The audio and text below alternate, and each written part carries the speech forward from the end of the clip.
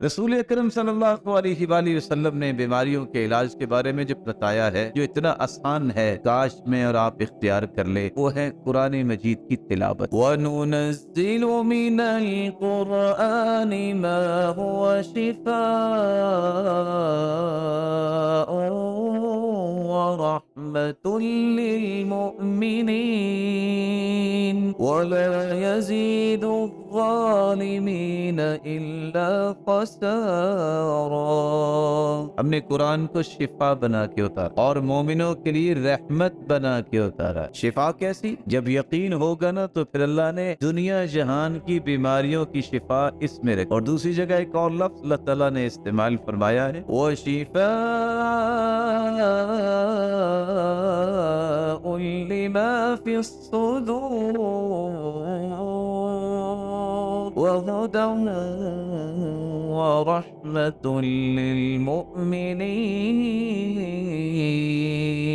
अल्लाह ने शिफाउल लिमा फिस्सुदूर, सीनों के रोग जो है, दिल के मसाइल जो है ना, ये अल्लाह ने हल करने दो कुरान के जरिए। हिदायत भी है, रहमत भी है, लेकिन दोनों आयतों में आप देखेंगे एक बात बयान की कि उस पर तवज्जो को नहीं देता। रहमतुल लिलमुमिनीन, रहमतुल लिलमुमिनीन, शिफा और रहमत और हिदायत ये जरिया बनता है मोमिनों के लिए। पहले मैं और आप मोमिन बने, शिफा कैसे नहीं मिलेगी? उस शब्द पे कोई गौर नहीं करता। मैंने तो पढ़ा है जी, मुझे फायदा नहीं हुआ। मेरे भाई पढ़ा होगा, एक मरतबा अच्छा सा वुजू करके 2 रकते पढ़ के अल्लाह से मुआफी मांग लो। कोई ऐसा गुनाह होगा जिसका आपको पता नहीं, अपने आप को मोमिन की सिफ्त में ढाल लो, मेरे रब की कलाम में जोर नहीं हो सकता।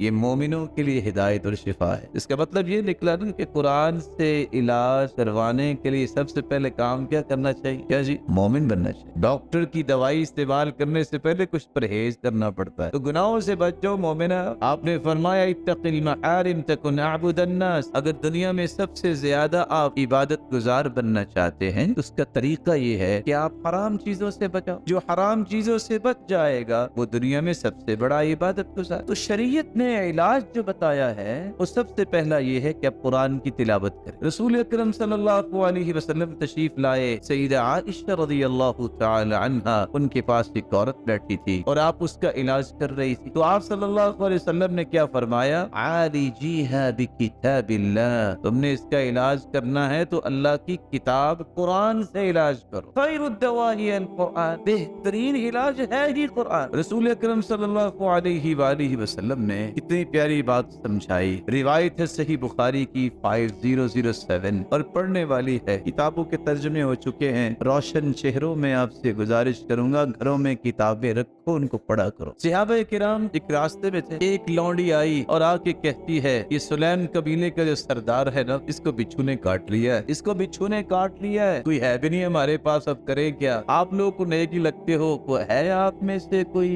दम दरूद करने वाला? एक आदमी खड़ा हुआ, यानी एक अल्लाह अज़्ज़ल जलाल के पैगंबर का साथी। सहाबी कहते हैं मा कुन्ना नहुनुहु बिरुक़ियतिन, हमें नहीं पता था कि वो दम भी कर लेता। वो गए, उन्होंने जाके दम चकिया, दम करके वापस आए। अल्लाह अज़्ज़ल जलाल ने उन्हें सेहत दे दी। उन्होंने 30 बकरियां भी दी, साथ दूध भी पिलाया। 30 बकरियां भी दी, साथ दूध भी पिलाया। जब वापस आए तो सहाबी कहते हैं हमने कहा अकुन्त तुहसिनु रुक़ियतन, तो दम किया करते हो, ये तुम्हें पता है दम करना? क़ाल ला, नहीं मैं दम तो नहीं किया करता। मा रक़ीतु इल्ला बि उम्मिल किताब, मैंने सूरतुल फातिहा पढ़ी है और उसको फूंक मार दी। कहा अच्छा, अब अल्लाह के रसूल सल्लल्लाहु अलैहि वसल्लम से पूछेंगे, फिर कोई अगला कदम उठाएंगे। मदीना वापस आए, अल्लाह के रसूल के पास पहुंचे, सारा किस्सा बताया तो आपने फरमाया वमा युद्रीहि अन्नहा रुक़िया, इसको कैसे पता चल गया कि इसको अल्लाह अज़्ज़ल जलाल ने दम बनाया है, इसके साथ दम करने से शिफा मिलती है। इक़सिमू वद्रिबू इलैया बिसहमिन, इसको कहो, ये फातिहा किसने सिखाई थी? अल्लाह के रसूल सल्लल्लाहु अलैहि वसल्लम ने फरमाया इसको कहो मेरा हिस्सा किधर है? फातिहा सूरत से अगर बिच्छू का